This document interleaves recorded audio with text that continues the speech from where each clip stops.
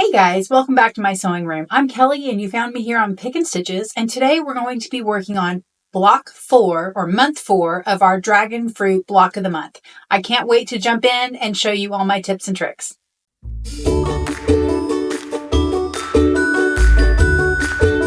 Okay, this one is really pretty straightforward again. We're doing those bigger 6-inch blocks. So there's a couple pieces I'm going to cut a little bit differently, and then I'm going to be showing you guys the 4 at a time flying geese method. That's kind of my preferred method. Last month I did the paper piecing just like in the pattern. This month I'm just showing you something different. So I hope it helps. Okay, so for month 4, we're going to make 4 of this block. And I've gone ahead very similar to how I did it on the last time we had our 6-inch blocks. I did cut these outer 2 rounds a little bit larger. I just find that if I'm not super careful with placement 10 through 13, I don't have quite enough to trim on this exact line. And I'd rather have a little bit of extra. The fabric the Fat Quarter Shop sent us is enough that you absolutely can do this. So instead of cutting these 2 last rounds to 1.5 inches, I actually did them to 1 3/4 inches. So the other thing I suggest, if you are easy to confuse like I am, is to go ahead and color out what you're going to do. So the polka dots, I put some dots on, and then I wrote plant because that's kind of a plant option. And then of course all the whites are going to stay with my background fabric, so that will be really easy. I've got 3 of these left to make. I have made 1, and just to kind of remind myself that I didn't like that 1.5 inches, I tried it again one more time and it still gave me a headache. So if you find that you are running out of space when you go to trim your block at the end, I certainly suggest these last 2 rounds, go ahead and cut those to 1 3/4 inches. Okay, so the first thing you want to do when we start talking about the tools that you're going to want for the paper, I definitely recommend this Add a Quarter Plus. This is the longer version. I like using it when I've got these bigger blocks. I usually use the shorter one when I can, but on this one, you don't need. It's just nice to have. And this Add a Quarter Plus has this beveled edge, which is really narrow, so it helps me kind of crease my paper where I want it. And I'm just going to go ahead and crease it on all these interior lines. And I did my other pages. I usually would do all 4 of these at the same time. I just didn't do this one that I had colored. So once you have it all creased, I'm going to go ahead and keep this one here for color placement reference so that I can assign it to the number easily. So we'll go ahead and flip these over. I do like to use a little bit of glue on this center part. So we're going to do glue in place 1. And actually, let's just do all 3 of these. We'll do all 3. We're going to grab our center polka dot. We're going to place it with the right side up. And I like to give it a good press so that glue really sets up.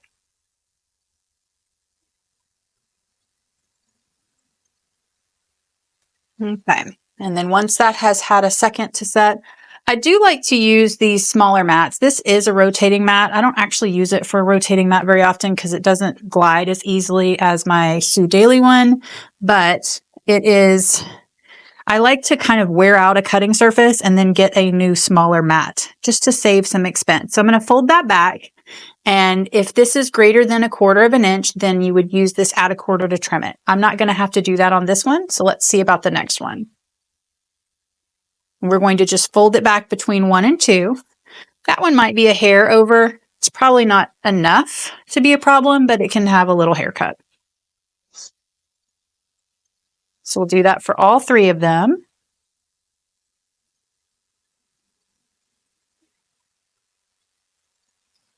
Okay. So now we'll grab our piece 2, and the way I set up my pieces on my design board, I went ahead and cut them out, and the instructions are really good on the Fat Quarter Shop in our pattern book. I don't want to give away the pattern, but it says exactly. So for this block, which is what we're making now, it says cut this and this and this in the polka dot, and then it says cut these out of that. So you don't have to do a whole lot of thinking while you're cutting, but once you've cut it, I like to put it in order here. So you have piece 1, piece 2, piece 3, And then this is 4 and 5, 6 and 7, 8 and 9, 10 and 11, and then 12 and 13. Okay, so we know piece 2 is going to be our smaller piece of the white background. So we'll go ahead and take this over to the machine and we'll get ready to stitch it on. Okay, so on this, I find that you kind of want to keep your hands on your paper so that things don't slide around on you too much. So I actually do have my quilting thigh bar engaged to lift that presser foot for me. And then I'm going to actually sew a little bit before and a little bit after the line. I'm going to drop my stitch down to like a 1.25. And then when I look at it, as I flip it back over, I want to make sure that nothing went awry. So when I fold that back, it's going to work. So we'll move on to our next piece. So again, we're going to go to piece 2.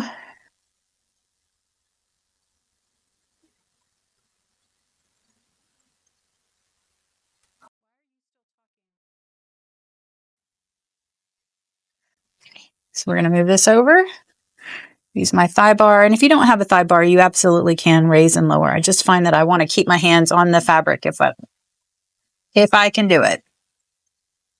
Okay. So we'll take a look at that one. Looks good.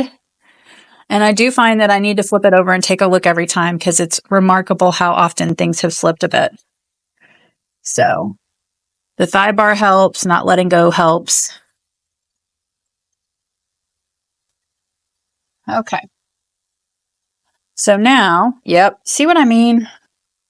I'm like famous last words here. So when you have your stitch length drop this low, it is harder to rip. And sometimes the paper will start to fall apart on you, especially when it's one of these kind of center ones. So I'm going to have to be really careful with it now, but it happens and it's okay. We can still do it. If you need to, you can absolutely start over, but I think I can make it work. Okay, so let's try that again, and I'm going to hold it better this time. And if you find that it's too fat for your hand to reach across comfortably, you can fold it on one of those other creases so that now my hand can bridge around and hold it a little bit better.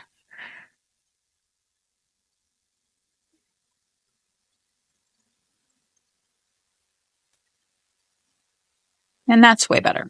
Okay, so now you can either use a roller on a hard surface and just press it open, or you can go over to the ironing board and press it open. You do want to use a dry iron with this though. The steam kind of reacts to the paper.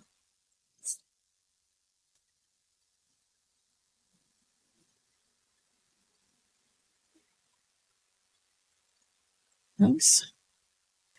Okay, so we'll do a quick press. And on this block, there is quite a bit of trimming. It's just the nature of this log cabin block. So we'll head back over here, get our add a quarter, and we're going to go on to line 3.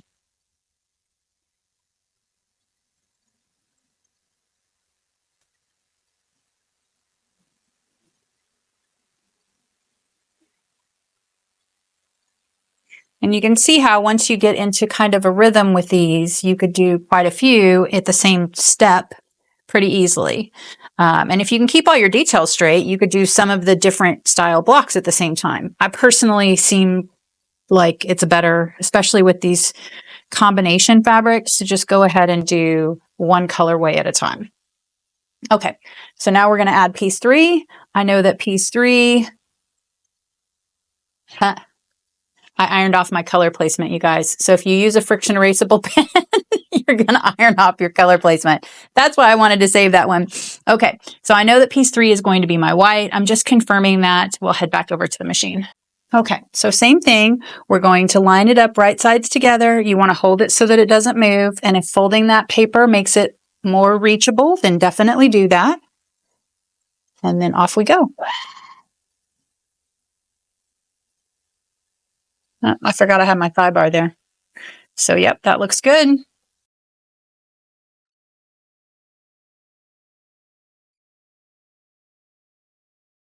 And trim those. I know that this is going to be my next stack because of the way that it's laid out on my board. So I'm going to line this up right sides together and off we go.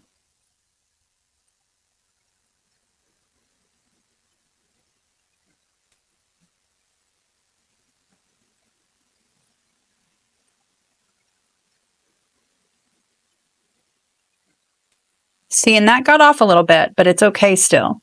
So that's why I like having a little bit extra margin on those outer ones, because it's just so easy for it to slip. So.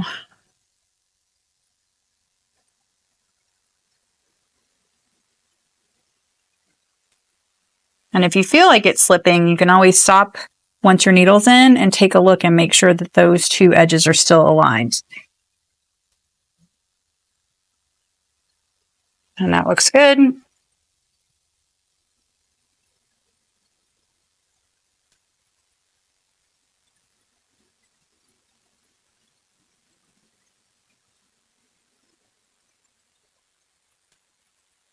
And the longer pieces, I definitely recommend stopping like that to take a look at them halfway through and making sure they're still aligned. Okay. And I really like to press these first. I know it's kind of an extra step, but since I'm not using steam on the iron, I just like to roll them out. And then I think the heat kind of sets it, but I feel like the pressure helps make up for not using steam right now. It's probably overkill. All right. So we'll give these guys a quick press. Quick press.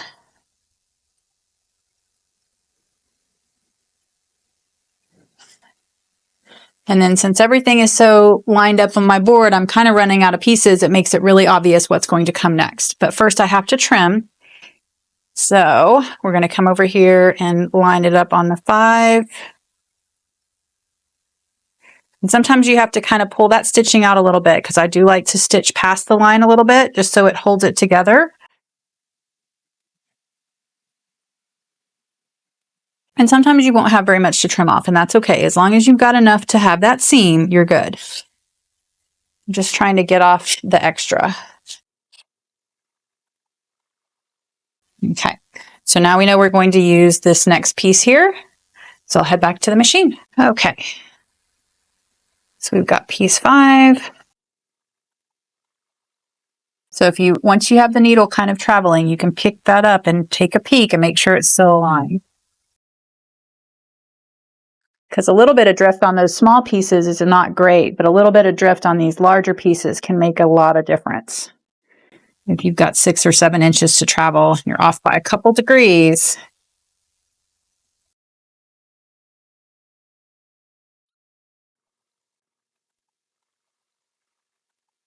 So I'm going to give these a quick roll before the iron. Again, that's my preference. You certainly don't have to. Just feel like it makes them a little bit more open. You definitely want to do it on something hard. I wouldn't want to, even though there's only 1 layer of batting on this ironing board, I feel like it's not rigid enough. Oops, I hit my steam button. So it's not the end of the world if you hit your steam button, but you don't want to steam it to death. So now we're going to do 6. And I feel like Log Cabin is one of the more tedious blocks. Not tedious, I like it. You kind of get into a rhythm, but it does have a lot of back and forth. So this same block, when we do it in a minute in the Courthouse steps, it's not the same block, it's the Courthouse steps. You can do everything 2 at a time. So there's half as many back and forths, half as many stop and trim, because you just trim 2 sides at the same time. And that makes it a lot faster, I think. But I guess the snail trail and the pineapple block probably are slow too. Okay, so we've got those all trimmed up. My next one is going to be the next one on my block, which is this white background number 6. Can't figure out how I want to organize today. So with this thigh bar, I've got to have everything closer to me and the camera. It's all awkward.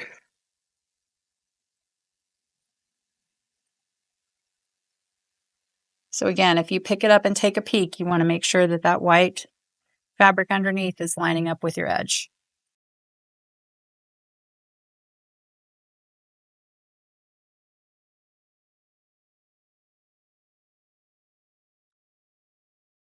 So yeah, I'm curious what you guys think. Have you done paper piecing before? Is this the first time? Are you loving it? Is it tedious? I kind of am feeling, I've always liked paper piecing, but when I get off of a paper piecing project, I'm kind of ready to be off of it. So this is kind of fun to me because it's small chunks. You know, we're doing a couple blocks every month until we get done.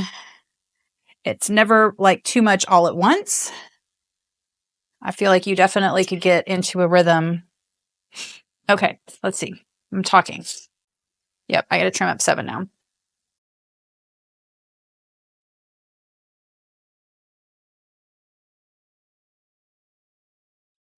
Back to the design board. My next one's going to be this background fabric. Peel it up and just make sure it hasn't shifted on me.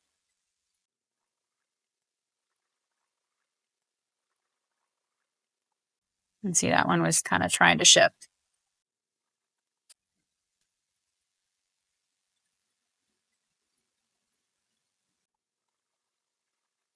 I need to talk my daughter into coming in here with me and rolling these out. Or manning the iron. That would make an assembly line, wouldn't it? Oops, don't iron on that. I almost ironed that on my cutting mat.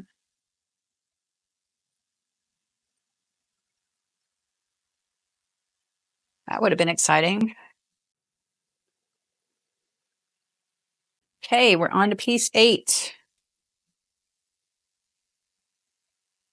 Piece 8 is going to be another of our polka dots.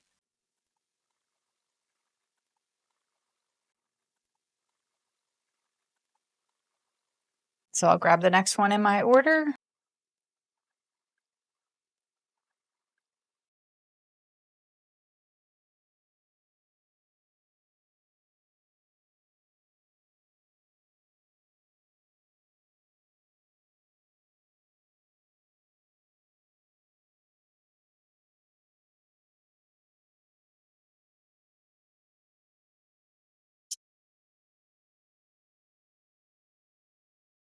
Okay, back to our board. We're going to take piece 9. So we'll line it up. Now, as these pieces get longer, do remember we really want to keep those aligned. And if they get off by an angle, it's going to compound over that distance. So you really want to make sure that it's not slipping underneath.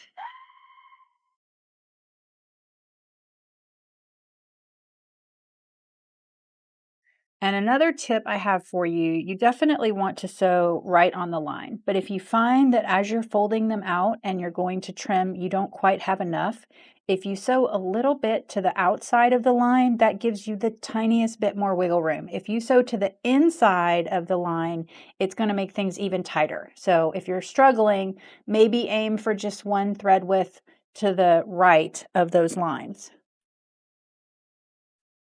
And sometimes as these get fatter with more fabric to your handprint, it's even harder to reach. So that's when I'm using both hands. I can't stop, guys. I've got the thigh bar in. My chair is really tall. This is like a cutting counter. It's like a countertop in the kitchen height. So it doesn't, I have to really lift my leg to hit the thigh bar. I'm trying. It's just not working out so well.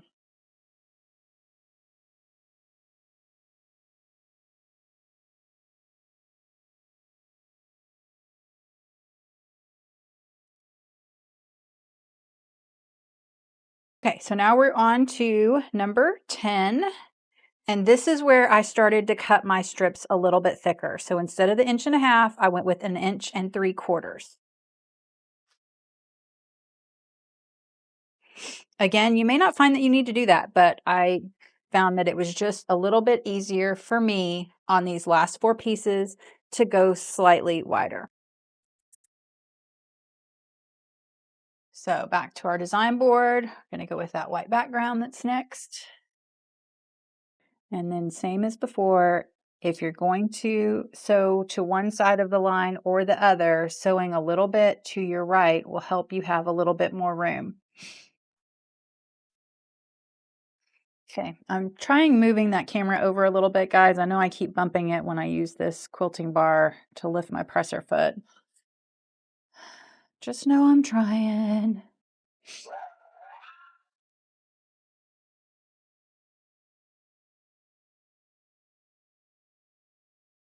Looks good. Looks good. One more.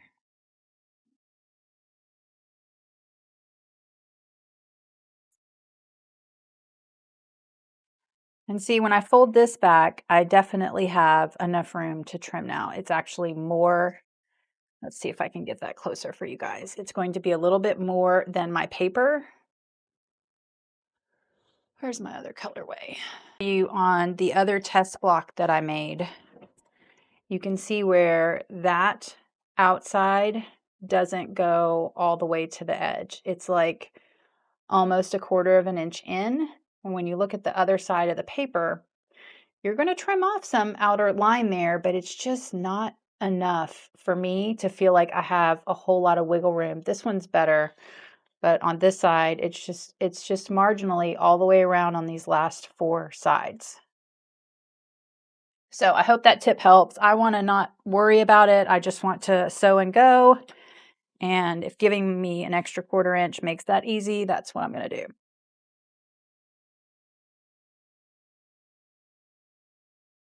All right, side 12. No, side 11. I can count. Really?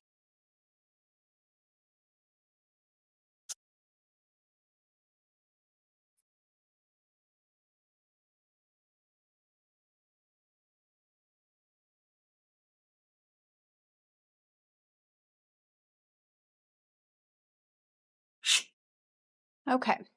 So now we'll get our next piece, which is the other last row of backgrounds.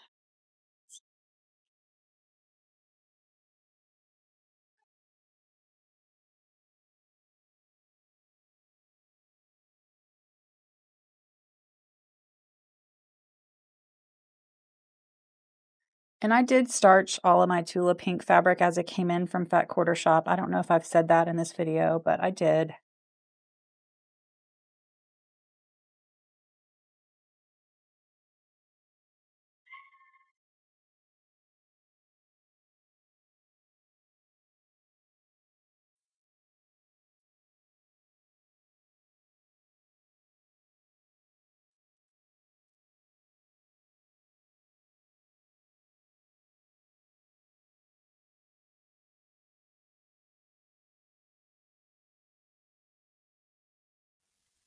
Okay, so now we'll trim up number 12 and we're on to our last round of color. So this is going to be that floral pattern again with the pink and orange.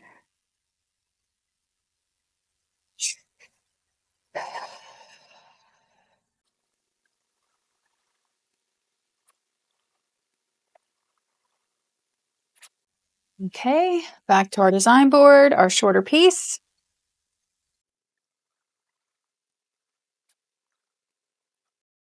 Oops, I was going to sew that from the wrong side.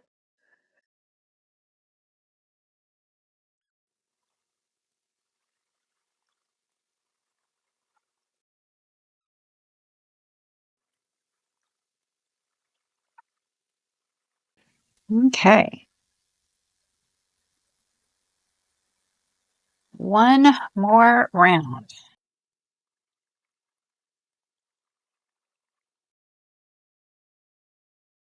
Okay.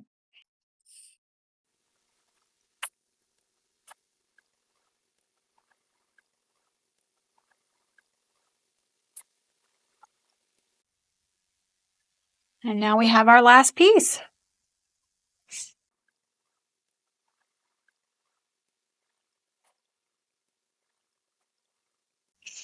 Thought I was out of bobbin thread for a minute there. That 60 glide, it's so tiny I couldn't see it.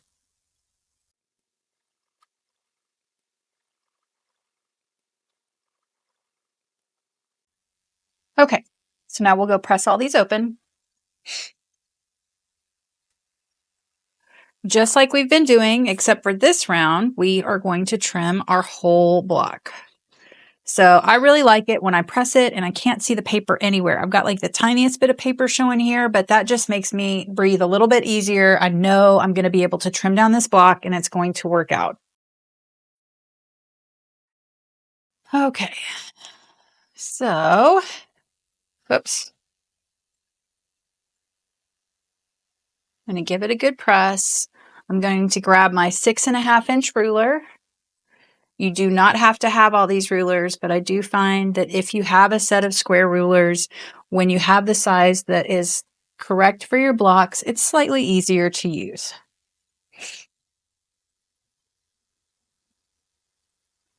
So now I'm going to flip over my block and I'm not going to trim this line. I'm going to trim way out here on this outermost line, and it says trim on this line. So if you have a 6.5-inch ruler, it fits perfectly on top. We're just going to trim up all 4 sides. I'm going to move my cutting board or my ironing board before I accidentally touch it. And again, this is a rotating mat, but I just find it's kind of hard to rotate, so I just rotate the whole thing. Make sure that my alignment didn't move. And you could absolutely, in fact, I'm probably going to go grab my rotating mat for this.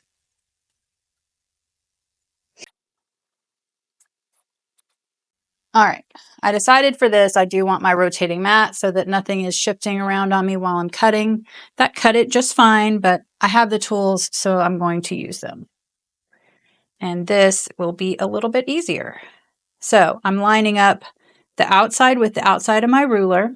It should also be kind of on this 1/4-inch line where the line is on the paper.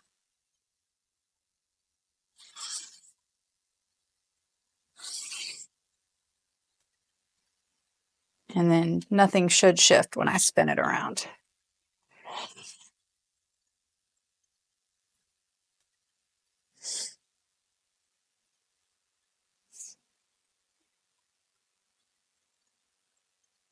Come on.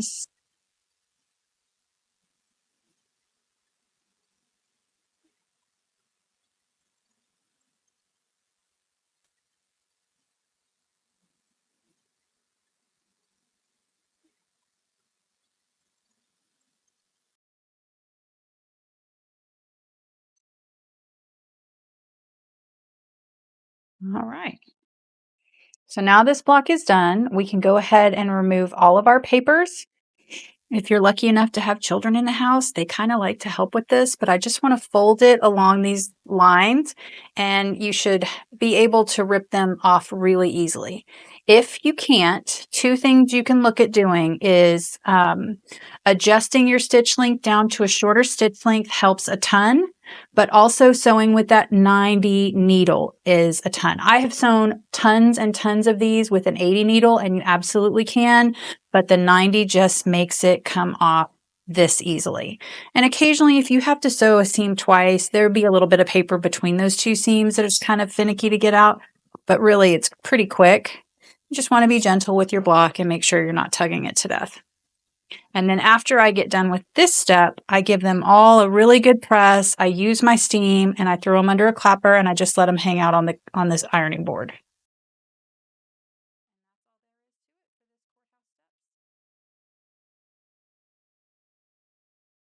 Oops, I've got one little piece of paper. See? Oh, it's because it was stuck to the little bit of glue that I put in the middle, but it's come off now. So there's our first block for this month. I'll get the rest of these papers off and pressed out, and we'll work on the second block. Okay, so this next block is the one we're going to do up here on the top. It is the same log cabin block. Again, I've colored my paper the way that I did on my other one, and I'm going to go ahead and just crease these. So you'll sew this out exactly the same way. I'll go ahead and play this video probably just from the machine, and I'll do it in fast forward so that you can see all the color placements in order. And then if you don't need this part of it, just fast forward through this part.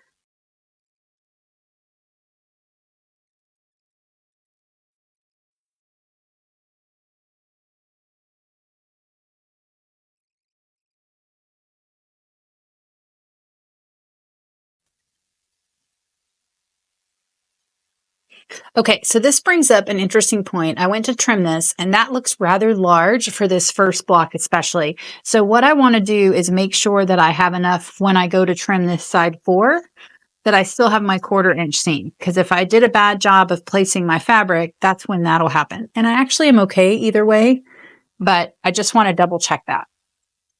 Sorry, I know I said I would fast forward, but that looked like a teaching moment.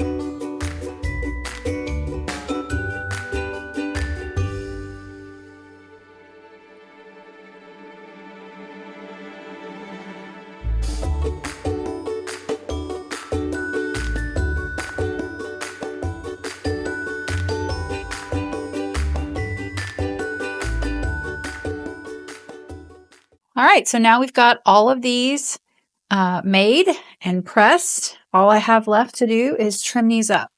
So I hope that was helpful to kind of see how I sewed those out, but I know it's a little like watching paint dry if you've already watched me make that block.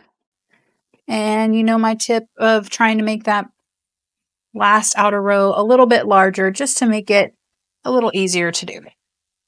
So there is our finished block, guys, and I will head back over with the last round of these paper piecing. Okay, so now we are on to block number 3. This one is our courthouse steps, so it's going to go quite a lot faster. 3 pieces. I did the same thing. I colored these so I can see where my placement is going to go. We'll put the creases in it.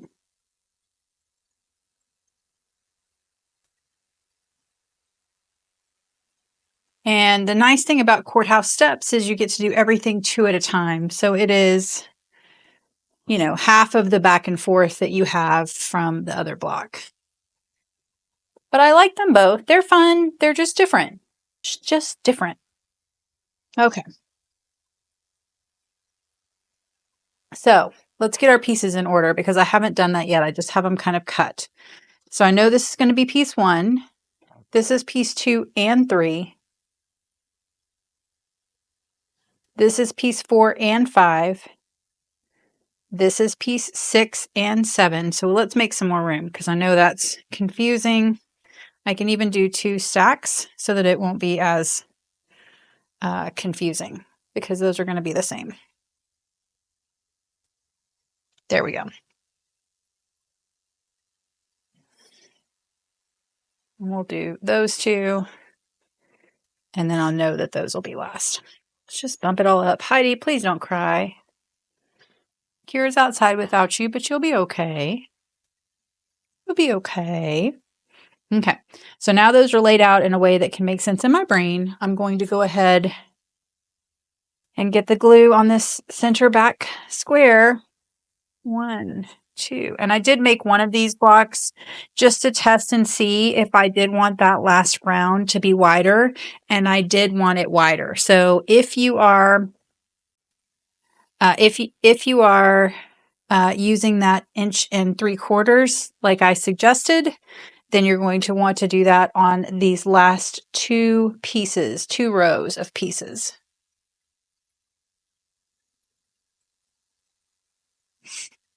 And this particular glue stick dries pretty fast, so I was too busy talking.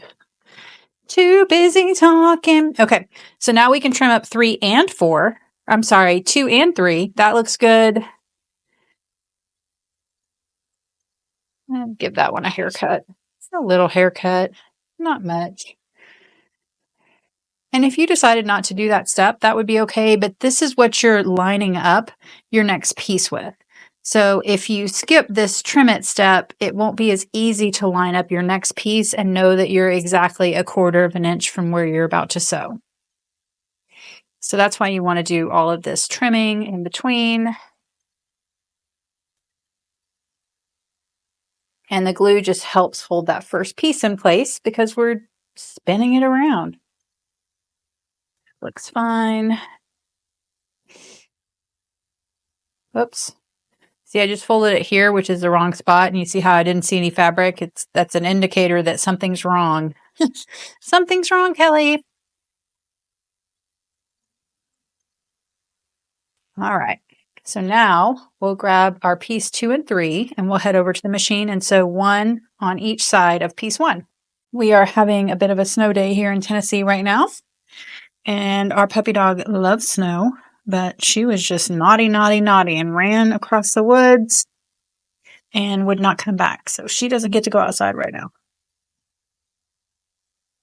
I'm sure there were deer over there, but I don't play dogs running off. Okay, so I'm going to really hold that into place.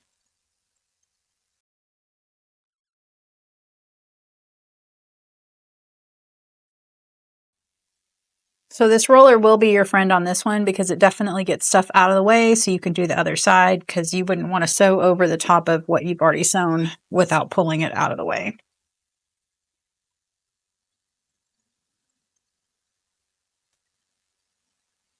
Okay, let's go press and trim it.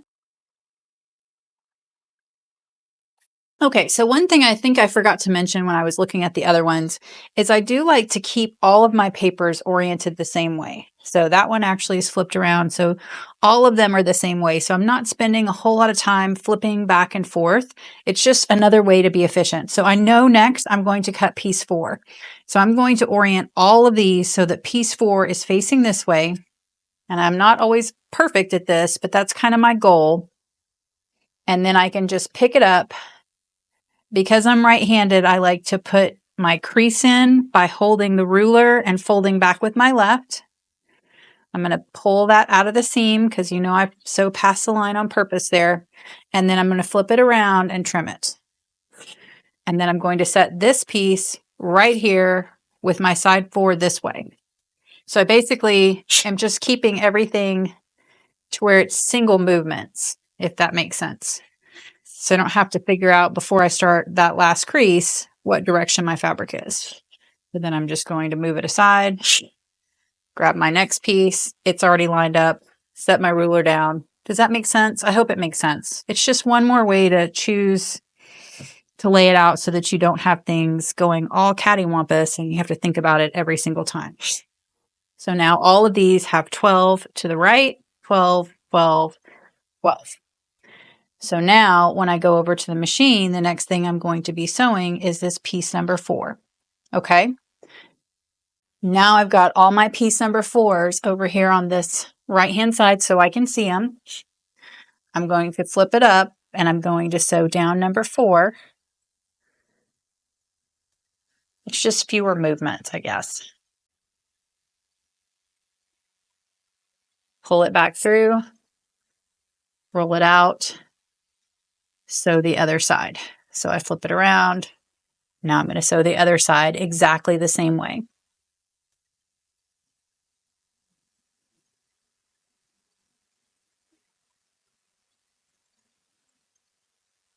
Now, I don't have to roll 5 out right now because I don't need to get to that side. So I'm going to wait and roll all 4 of those at the same time. So now I flip this right back over, side 4.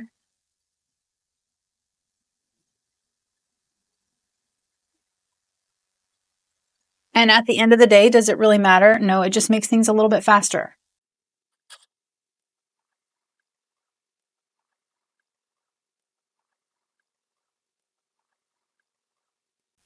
And then I spin it around and I'm going to hit number 5.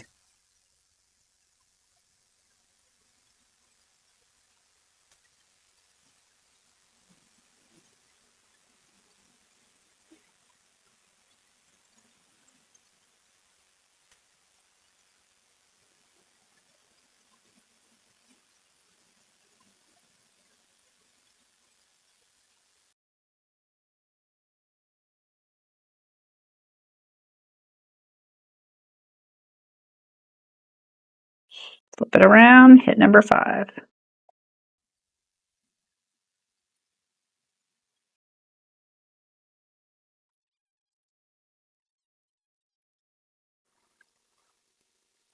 Flip them all over, all the same way. Good. Okay.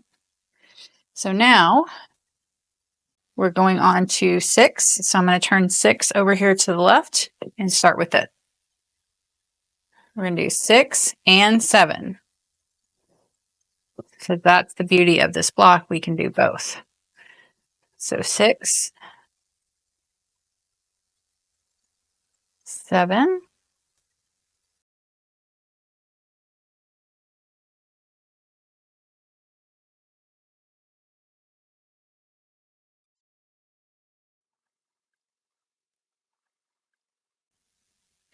okay, so now we'll grab our stripe pattern. We're going to do 6 and 7.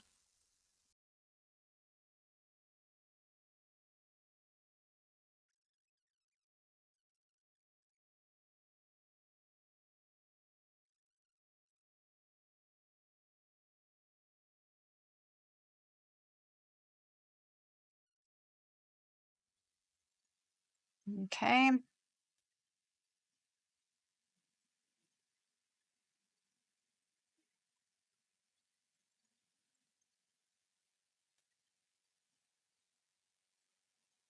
It's kind of a force of habit to press that steam button, you guys. And I didn't take the water out of this row inch. Whoopsie. Okay, so now we've got 8 and 9. So I'm going to make sure they're all facing the same way, make it nice and easy for myself.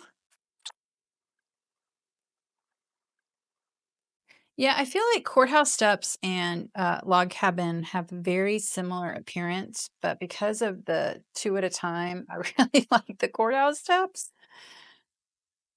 I know it's not exactly the same appearance and certainly not with this color placement, but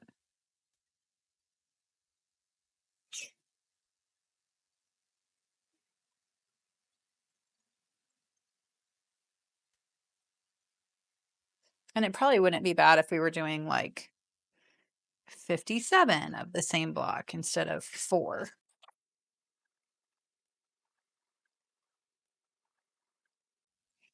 Okay, so now we're going to go sew on 8 and 9. That's going to be our other stripe.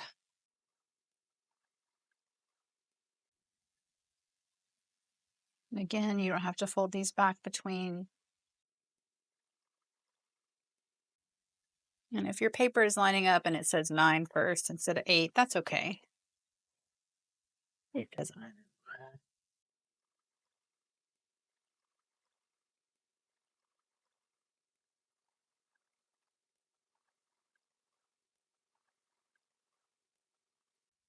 Okay, so now I'll roll these and press them and trim them. And we've only got one more round on this block. And this is the roller that Lori Holt recommends, or it's hers. I can't remember. I'll put a link in the description.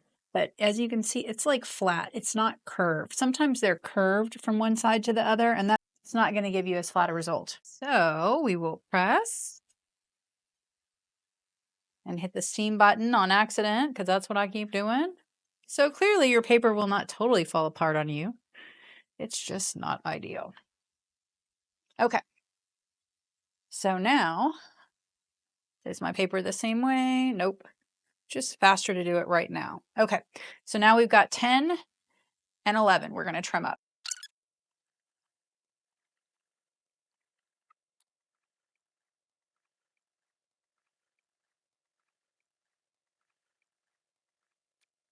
Okay. So now we'll grab our next pieces and we're going to stitch those on. And again, these are my little bit wider pieces, these last 4 pieces. So they're 1 3/4 inches instead of 1.5 inches.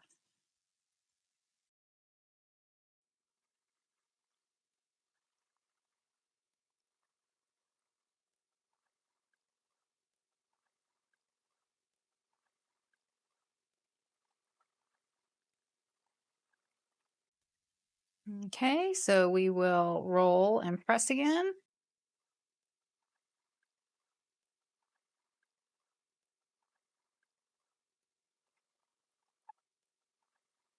Okay, so now we're going to trim up side 12 and 13.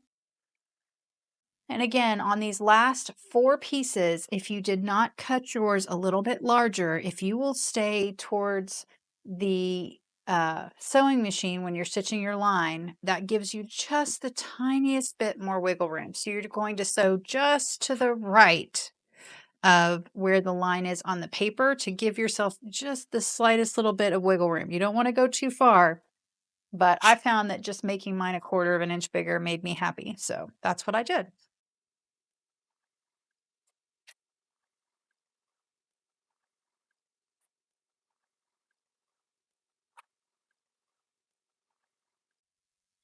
Okay, so we'll grab piece 12 and 13. Okay, so we'll do 12 and 13.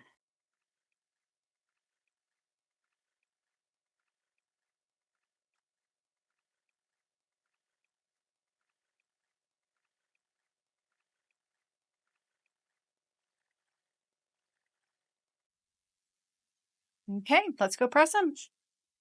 All right, guys, this is our last round, so we won't have to trim it until we get our square over here.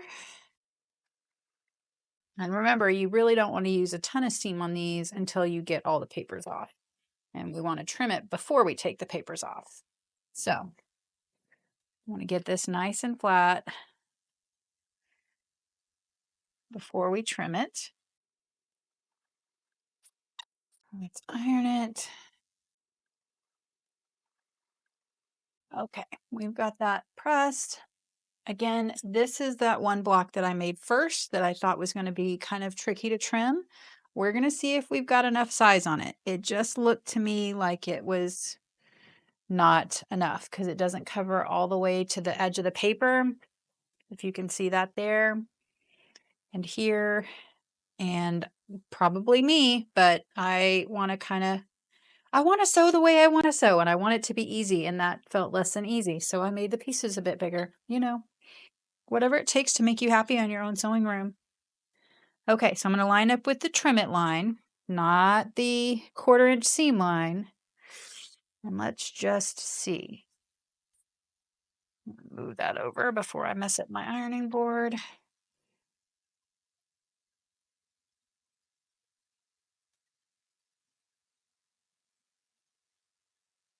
Okay.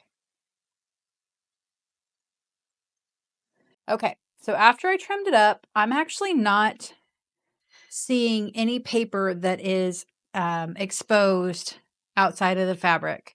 So I was really careful when I sewed this one, and I don't typically like to be that cautious all the time. So I still would go with this bigger 1 3/4 inch seam, but you absolutely can make it work. I don't like fiddly. I don't like fiddly. So when I flip this over, I can see paper past the edge on all sides, or excuse me, fabric past the edge on all sides, just a hair, and that just makes me feel better.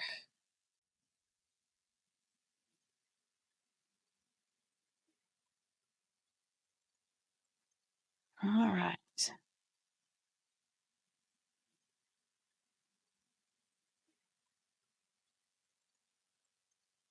Okay, it's making me crazy. I can't see where my block ends and the cutoffs begin.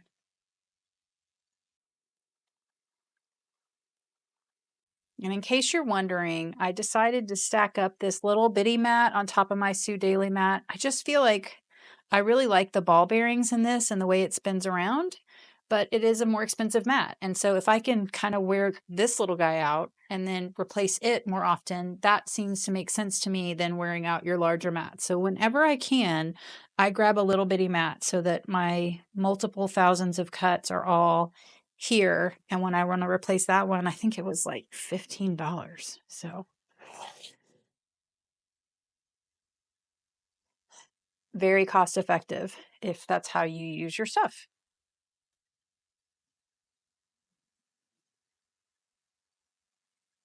And I heard somebody say they buy mats at the dollar store. I have not seen anything there that worked for cutting mat, but maybe I've just missed it. Okay, so that is 3 of our blocks. Okay, so last month I did make the flying geese exactly like they said in the directions with the flying goose paper. I liked it, but I kind of think I like this way better. This is the 4 at a time flying goose method. And I will put a link in the description for this easy flying geese cheat sheet. You definitely want that. So here I've got it marked. I want to have finished 3.5 by 6.5. So that means I'm going to start with an 8-inch square and a 9.5-inch square. So once I have those two, this is one of our squares. This will make 4. So we're going to need to do this twice for this pattern. We're going to go line up all 4 corners.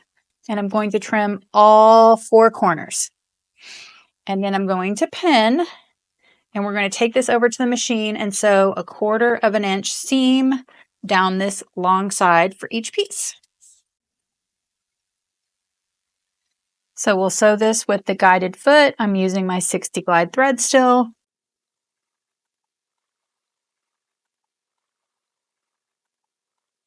Okay, now we're going to press this, and the pressing instructions here are pretty specific and they don't necessarily follow the dark fabric guideline. So we're going to press towards our larger side, whatever that is. So for this one, our larger size is the orange. So it's whatever's going to end up being the outside of your goose. But we're going to press this towards the orange.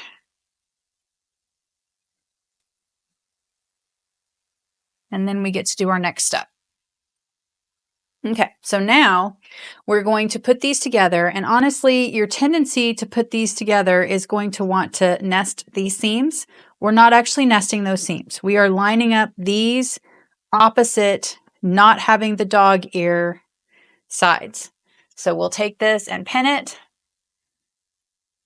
We're going to mark it and cut it.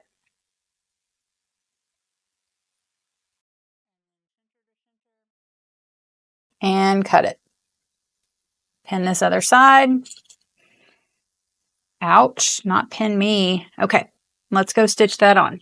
And you can absolutely mark all those lines if you want to. This is just a little bit faster way.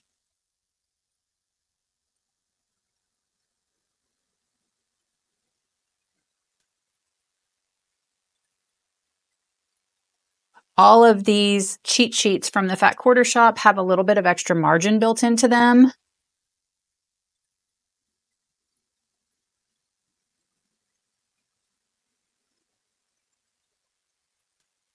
So when you get done, you can trim down. That's kind of ideal for these blocks anyways, and then you don't have to be so worried about it. Okay, so now while we're on this camera, I'm going to show you between these two seams. So where the orange is kind of overlapping here, I'm going to snip just to the thread line, because 1/2 of this square, we're going to press one direction, and 1/2 we're going to press the other direction. So I'm just snipping. I'm not all the way to the thread line, but I'm close. Okay, so now we are going to take these and press them. We're going to be pressing towards our bigger side. So for this one, we're going to press towards the orange and then spin it around and press towards the orange. So that's why we had to cut that little seam so it would stay open for us. And the same thing here. Press towards our orange and press towards our orange. And these are already, like I said, the papers are in the kit to make it nice and easy for you. I just felt like this was a little bit faster. And so I thought I would show it since we did the last method last time. Now we've got that all pressed and ready to go. And I just realized I gave you guys some wrong information on the cutting instruction. For some reason, I was thinking we needed 3.5 by 6.5 finished. And I had the wrong idea. And it's 3.5 by 6.5 unfinished, 3 by 6 finished. So that means you can cut these with either the Quilt in a Day rulers. I do like these. These are just kind of easy. If we're going to use the Quilt in a Day, it's this smaller one. I would line up the 3 by 6 with this dark triangle. You can see that with my corner of my flying goose. And once I get that aligned, then I'm just going to go across the top. There is, hold on, I'm on the wrong color. That could have been really exciting. I could have just cut that absolutely wrong. That would have stunk. Yeah, I'm supposed to be cutting the orange. See? This is why you stop when things don't look right. Looks like too much waste. Okay.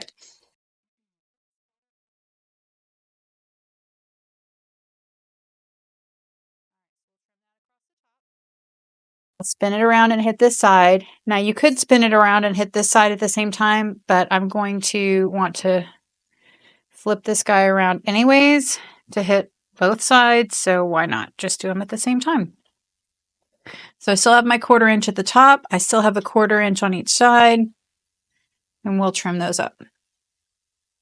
So that's with the Quilt in a Day ruler. I also have the Creative Grids ruler, and I really thought, I think I bought the Creative Grids first, and it works just fine.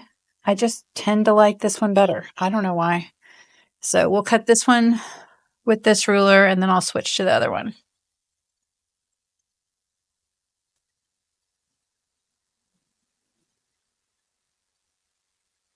And with this rotating cutting mat, I don't have to move anything. So that's kind of one of the advantages there if that's something that you want to do. So that's 2 of our flying geese. Now we'll do 2 with the Creative Grids ruler. So here I've got the Creative Grids ruler. We're going to take this, says trim line 1 up here, so you know that's going to be our top. I'm going to line up with this F, which is my 3x6. So it will tell you F, 3x6. This is what you need to cut. Now this is cutting 4. And so for me, I don't like this method of getting to here, but I like this ruler for trimming it up, if that makes sense. So they would cut 1 big square and then do these 4 little squares to make your shape, and that's just extra. So now I'm going to line up with F.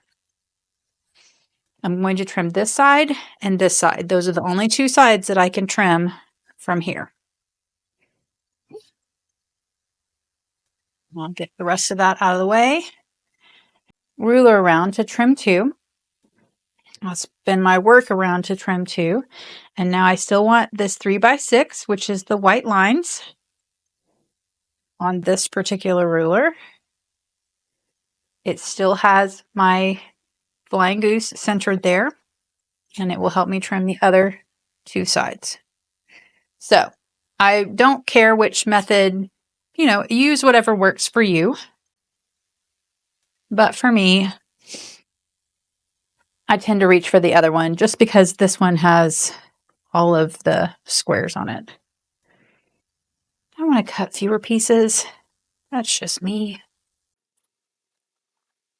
Spin it around, spin around to trim side 2. Okay, so that is 4 of our pieces. And for me, I really liked this a little bit better than our other method just because I feel like it's a little bit faster. So we'll go ahead and trim up our other 4 pieces. And I will meet you back here for block assembly. Okay, so now all we have left to do is piece this little kind of 4 patch together, if you will. I do want to point out the way I made my flying geese. I do have 4 that are pointed down with my stripe, and I have 4 that are pointed right, left. And honestly, that doesn't bother me as long as these 2 that are going to be right next to each other are pointed the same way, because the whole quilt is going to kind of rotate in their pattern orientation. So if that's going to bug you, then plan accordingly. But for me, as long as I have a pair that are pointed the right way, I will be fine. So first I'm going to sew these 2 together.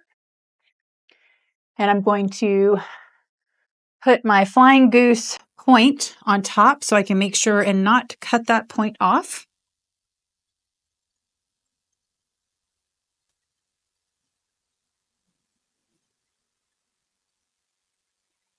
We'll double check and make sure it's good. Looks good. We'll go press that open. I'm going to try my rolly bar again, guys. I'm trying to make it work for sure. Okay. So I think if you do it before you press it one direction or the other, then the bar does kind of help you get it open. So then we'll press it here. And then after I get it pressed open, I will get it laying flat with the clapper on it. So we'll put that under a clapper or just some body pressure for a minute. And then the next thing we're going to do is just attach our 4 patches together. So first I'm going to attach these 2 and then these 2, and then we'll press them open. Thought that felt wrong. I was looking at my pattern upside down, you guys. Always double check. I'd rather switch it now than have to rip a seam. So these 2 should line up here on the bottom. So I'm going to pin that so I don't have to worry about it. And then the top should be easy.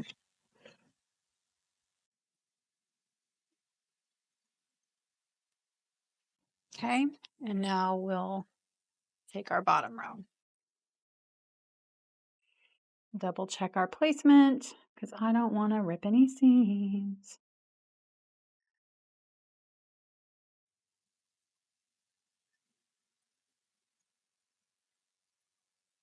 Okay, let's go press it open. Set my seam.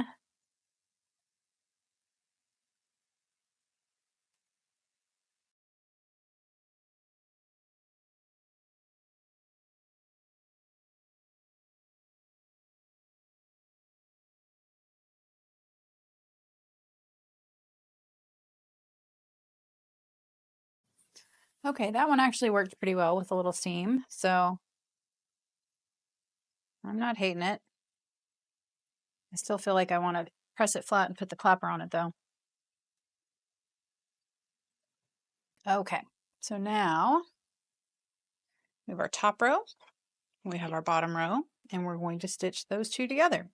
So here I've got an important join, so I want to make sure that that aligns. So I will pin that.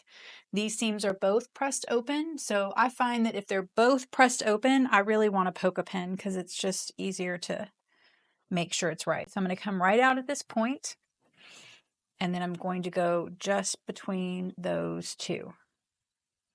And then once I get that aligned, I'll poke my pin the rest of the way through. So let's go stitch that down.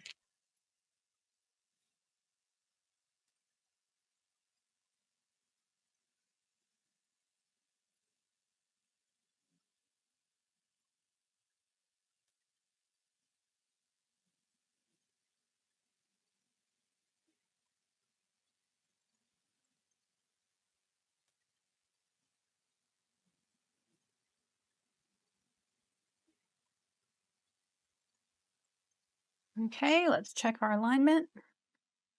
Looks good. Let's go press it.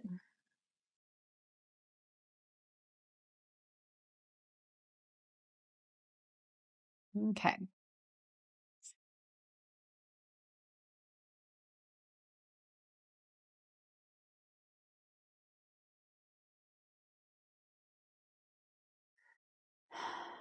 So I'm pretty pleased with this again, guys. I think the Fat Quarter Shop has done a really great job putting this together and making it easy. It's complicated and it's got a lot of color placement, but it is pretty straightforward once you get into the pattern itself.